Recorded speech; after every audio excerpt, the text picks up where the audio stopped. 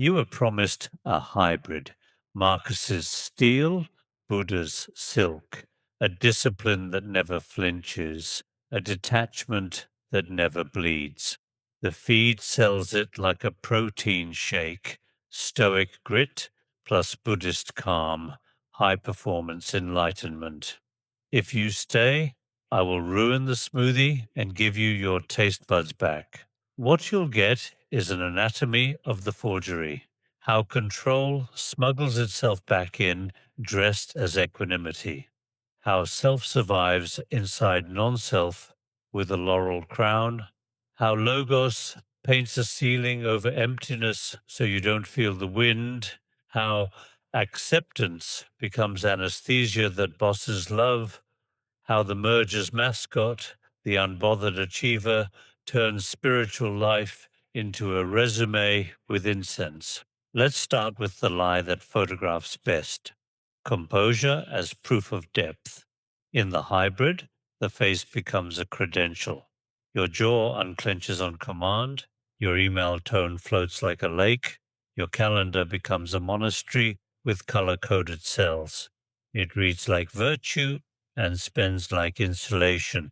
You stop being moved by what should move you because movement looks messy on the feed. The bronze helmet keeps rain off, the Buddhist silk muffles the clatter. You are praised for calm while the village floods. I am practicing, you say, and the room nods because performance is cheaper than repair. Stoicism, in its bones, trains a sovereign chooser, proheresis, to stand unbroken inside fate, virtue as alignment with reason, emotions disciplined to judgment. Buddhism, in its bones, detonates the chooser. No self in the parts, no essence in the scene, compassion as the afterglow of seeing through ownership, a merger that glues a sovereign agent to selfless seeing, yields a pretty monster, a nobody who still collects points for composure, a witness who still auditions for a stoic pantheon. That hybrid can survive any corporate reorg and feel wholly doing it, which is why it sells. Hybridization launders fear, fear of rage, so we praise Apatheia, fear of emptiness, so we rebrand śūnyatā as inner fortress, fear of failure, so we quote Marcus over layoffs and call it amor fati rather than accounting. The helmet and the silk collude. One hardens your outline, the other erases responsibility for the outline's consequences. Nothing touches me slides into nothing is my problem. The halo is just good lighting on a room that has quietly evacuated its obligations. Tonight, I separate the metals. I will pry the dichotomy of control away from dependent arising, peel logos of śūnyatā, pull apatheia out of upekkhā, and follow the money when the hybrid walks into HR. Not to embarrass Stoics or Buddhists, but to keep seekers from being drafted into a compliance aesthetic with quotations. You don't need tips. You need to notice the one place the brand never points, the cost ledger of the calm. Who paid so you could look unbothered? Who bled so your serenity could remain photogenic? Keep your admiration for courage under siege. Keep your love for skies without ceiling. But stop sewing steel and silk into a uniform. Uniforms end discussion, tools begin it. There is a dignity so hard it cannot listen, and a softness so wide it cannot stand. The merger sells both at once and calls it transcendence. It's a costume that flatters your hunger to be praised by management and spared by the abyss. I am not here to protect your image. I am here to protect your life from images. Here's your first unsellable sentence, and it will travel with you. If your calm preserves your story of control, it isn't calm. its costume. Take it to the next meeting, the next shrine, the next mirror. If the helmet tightens when truth knocks, drop it. Let silk be silk, steel be steel, and let the wind make a face you didn't plan. Stoicism opens with a split. What is up to me, judgment, intention, and what isn't, everything else. It's a clean architecture for dignity under pressure, a palace you can carry through fire. But the blueprint presumes a stable me, an inner magistrate with jurisdiction over assent. Buddhism begins by making that court collapse. Up to me dissolves into conditions. Attention as weather, impulse as echo, choice as a late bloom on a rhizome of causes. Dependent arising doesn't humiliate agency, it relativizes it. You can steer, yes, but only like a leaf can steer a stream by learning its whirlpools. The merger flattens the difference. It imports the Stoic split into Buddhist speech. Let go of externals, rule your mind. But mind in the Buddhist lab isn't a citadel, it's a marketplace, ownerless, with stalls that pack up when you stop paying them in belief. Tell no one to control their mind, and you invent a supervisor who doesn't exist. The result is exquisite suffering, feeling responsible for a storm with no landlord. When the storm stays, the hybrid prescribes more gumption, more stance, more heroic witness, as if turning the leaf into an admiral could command the river. Watch where guilt breeds. In Stoic grammar, failure to master impressions is a lapse of prohoresis, fixable by training. In Buddhist grammar, the impression is a dependent event, unowned, with relief arriving not from conquest, but from non-purchase. The hybrid fuses the grammars into a whip. You should have controlled what never had an owner. Thus arises a spiritually flavored management voice that keeps people compliant while they apologize for weather. There is also class hidden in the split. Stoicism's nobility was engineered for senators and soldiers, citizens with levers. Dependent arising is peasant-proof. It works whether or not you command ships. The hybrid sanitizes this history and markets a neutral human toolkit, but neutrality is a mask. Every ethic has a habitat. Export the Stoic, split into a Buddhist ecosystem, and you get tidy self-accountability without the Buddhist erosion of the self that would make accountability kind. You get the pose of control without the tenderness that follows when the controller evaporates. Buddhism's refusal of essence is not passivity, it's a different math. Agency as participation, not possession. It lets you stop cosplaying an emperor of weather and become exquisitely fluent in currents you never owned. There is power there, but not the kind that makes slides. It's the kind that makes mercy, a competence in being moved without drowning, in acting without an actor enthroned. Keep the Stoic spine when fate crowds you. Keep the Buddhist's sky when ownership starts recruiting your pride. But name the merger for what it is, a palace sketched on mist. If you keep swinging the whip of control at a river with no landlord, you won't get order. You'll get a bruise shaped like a doctrine. Stoicism beds its ethic in logos, a rational weave you can love, amorphati, without embarrassment. The world is ordered enough to trust. Virtue is aligning your will with that order. Buddhism replaces ceiling with sky, emptiness everywhere, patterns without owners, lawfulness without a lawgiver. The comfort of Logos is that it thinks back. The scandal of emptiness is that it doesn't. There is coherence, but not a face behind it. There are consequences, but not a cosmic supervisor to high-five your composure. The merger solves scandal with paint. It mist sprays logos over emptiness until the sky looks like a ceiling again. The universe wants your growth. Everything happens for your awakening. Karma as curriculum. Wind becomes syllabus. Grief becomes module. Injustice becomes lesson plan. You are back in a classroom where discipline earns stickers from a rational cosmos. It feels beautiful, and it keeps you from having to cry at the rawness of a world that is lawful and indifferent and somehow still worthy of love. Śūnyatā is not nihilism, it is oxygen. It is how forms breathe without an owner suffocating them. The moment you glue logos onto emptiness, you protect yourself from vertigo and also from intimacy. You know how to bear events. You forget how to be touched by a groundless room. Logos invites you to salute. Emptiness invites you to soften.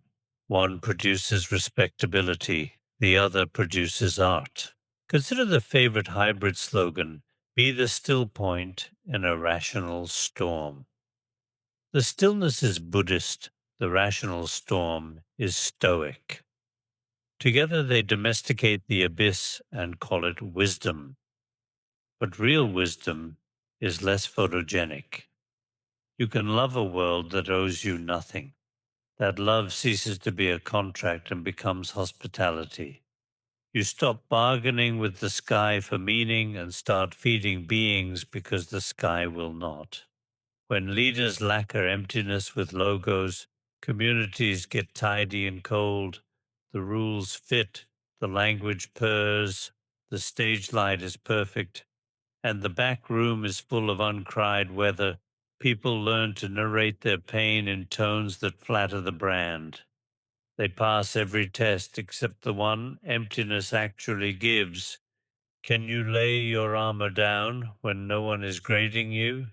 Can you be altered by encounter rather than congratulated by fate? I'm not asking you to torch logos. Keep its dignity when machines fail and bridges need building. I'm asking you to let the ceiling be sky when the soul asks for oxygen. Let lawfulness be impersonal so love can be personal. Let causality be strict so kindness can be wild. And if your calm still asks for a cosmic receipt, name that honestly. It's fear in a tuxedo. Apatheia, freedom from passions that wreck judgment, was medicine for statesmen. It produces clarity under siege. Upekkhā, equanimity, is not numbness. It is exquisite, even-minded intimacy with pain and joy, neither clinging nor averting, with compassion braided in. The merger confuses them, then overprescribes the mix. Corporate altars burn with candles for equanimity, then measure apathy. People learn to keep a face that never breaks and call it spiritual. That face earns promotions. It also kills rooms. Apatheia wants your rulership over affect. Upekkhā wants your porosity to experience. Armor versus aperture. One keeps the castle solvent, the other leaves the gates open because the city learned to trust its people. When you weld them, you get a velvet helmet, the look of openness with the function of insulation. You can attend the funeral, deliver the eulogy, answer email, and never have to ask why the world feels far away. I am practicing, you say, and you are practicing escape. Equanimity is not the disappearance of weather. It is the refusal to weaponize weather against anyone, including yourself. It does not produce a frictionless colleague. It produces a person who can say no without malice and yes without hunger. The merger makes equanimity a KPI, fewer escalations, smoother tone, predictable output. That is apatheia in a suit. Hold this difference like a jewel. Judgment purified, Stoic, does not equal intimacy perfected, Buddhist. If your equanimity helps your metric while making your friends feel a little less seen, you built a moat and called it a mirror. Take off the helmet. You are safe enough to feel. Stoicism crowns virtue, wisdom, justice, courage, temperance as the sufficient good. The self becomes a jewel polished against fate. Buddhism undercuts the jewel. Compassion arises when the jewel is seen as borrowed light, when the hand that polishes is also a passing eddy. The merger keeps the virtue glamour while discarding the ontological insult. You get moral clarity without ontological humility, a dangerous mix. The Stoic is tempted to collect excellences. The Buddhist is tempted to erase the collector. In the hybrid, the collector survives with better PR. I'm nobody, but look at my impeccable choices. That posture weaponizes virtue. It speaks softly and still arranges the room. It becomes a style that wins at goodness, a style that can shame the messy without ever raising its voice. The Buddha you post is always backlit. The Marcus you quote is always italicized. Together, they build a non-threatening supremacy, a way to be above without ever saying above. But compassion without owner isn't meekness. It is heat freed from the need to be seen. It can contradict itself in public, pay debts, change stance mid-sentence, because no one is guarding a brand called me. Virtue that has to maintain a silhouette will always plateau at respectability. Compassion that lost its proprietor can fall on its face and get up laughing. Field test. When harm lands, do you reach for a maxim or for the person? If the maxim arrives first and the person becomes an illustration for your moral posture, the merger owns you. Put the sentence down, pick the human up. Love your fate, says the Stoic. Let go, says the Buddhist. Both can free you from tantrums against reality. Both can be weaponized by power. Managers adore employees who love fate when fate means budget constraints. Gurus adore students who let go when letting go means not asking for receipts. The merger becomes a compliance technology. Amor fati plus letting go yields the worker who smiles while the calendar eats their life, and the devotee who calls exploitation teaching by paradox. This isn't an indictment of patience. It is an indictment of asymmetry. Amor fati without reciprocity becomes the poetry of the overburdened. Letting go without shared governance becomes the theology of the underinformed. When fate is a policy and letting go is a gag, your serenity has been outsourced to the people who profit from your quiet. A clean distinction rescues both traditions. Stoic love of fate is a stance toward what has already happened. Buddhist letting go is a clearance of grasping toward what is happening. One metabolizes the past, the other refuses to harden the present.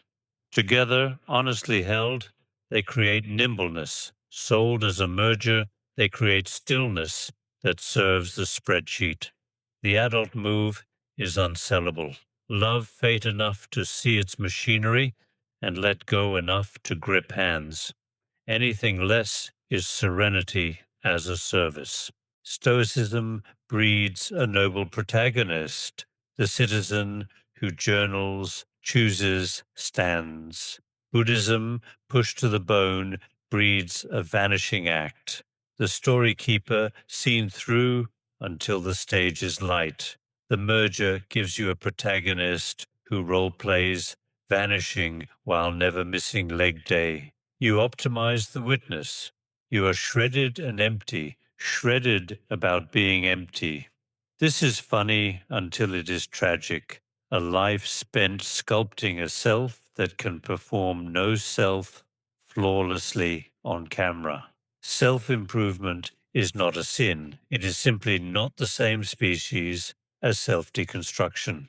One adds features, the other removes the owner. The hybrid confuses them, and you wake up with a dashboard for your soul, sleep scores, streaks, macros, while the ancient question, who is all this for, goes politely unanswered. You become stoically effective at missing the point. The vanishing act isn't a ghost trick, it is a civic event. The moment the owner is seen as a story, relationships change shape, apologies accelerate, possessions loosen, humor returns. The hero wants to be exemplary, the vanished want to be useful. Optimization is a museum of excellence. Awakening is a kitchen. If your stoic keeps dragging his medals into the kitchen, the soup will taste like bronze. Let the hero retire. Let the witness go jobless. Then maybe compassion can stop applying for promotions and start washing the bowls. You can respect stoic steel without wearing it to bed. You can bathe in Buddhist silk without using it to veil the budget. The merger is attractive because it removes both traditions' most frightening gifts, Stoicism's demand for virtue under empire and Buddhism's demand for ownerless love. The hybrid keeps the photogenic bits, steadiness, poise, and drowns the rest in content. Here is the test we earned tonight. If your calm makes you easier to manage and harder to move, it is stoic armor pretending to be Buddhist sky. If your philosophy makes you interesting and no one safer, it is a hobby with candles. If your hybrid comforts the powerful and launders your unease, it is a brand, not a path. Keep the steel by using it where it belongs to face your complicity without flinching. Keep the silk by letting it touch what you cannot fix without turning numb. Refuse uniforms. Traditions are not fashion lines to be layered until you can no longer feel the weather. They are tools that cut different illusions. Use them in sequence, not collage. I promised a final line that bites. Here it is. If your serenity needs control to breathe, it isn't awakening, it's armor. I'm silent flame. Drop the helmet or stop saying freedom.